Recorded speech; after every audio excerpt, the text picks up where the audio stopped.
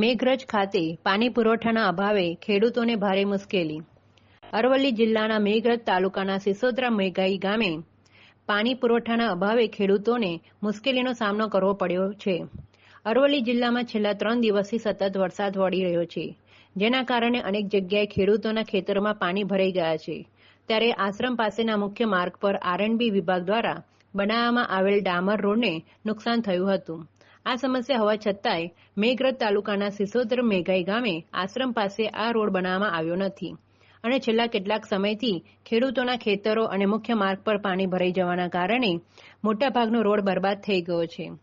ચોમાસા દરમિયાન પાણી ભરાઈ જવાના બનાવો બની રહ્યા છે, જેના કારણે વાહન ચાલકોને અનેક નાના મોટા અકસ્માતો સર્જાયા છે અને સતત પાણી ભરાઈ જવાની સ્થિતિ સર્જાઈ છે અને ખેતરો ઉજ્જડ બની ગયા છે.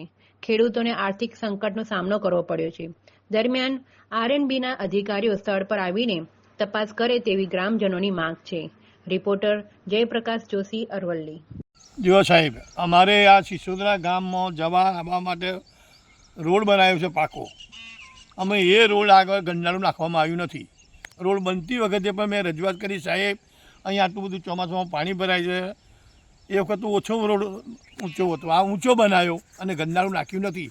એના કારણે દર વર્ષે અહીંયા આગળ 2 મહિના સુધી પાણી ભરાઈ રહે છે અને મારી ખેતી બધું આખું ખેતર મારી પોતાની માલિકીનો સર્વે નંબર છે, એ આમાં પાણી ભરાઈ રહે છે. કોઈ આ વાત સરકાર કે કોઈ નેતાઓ કે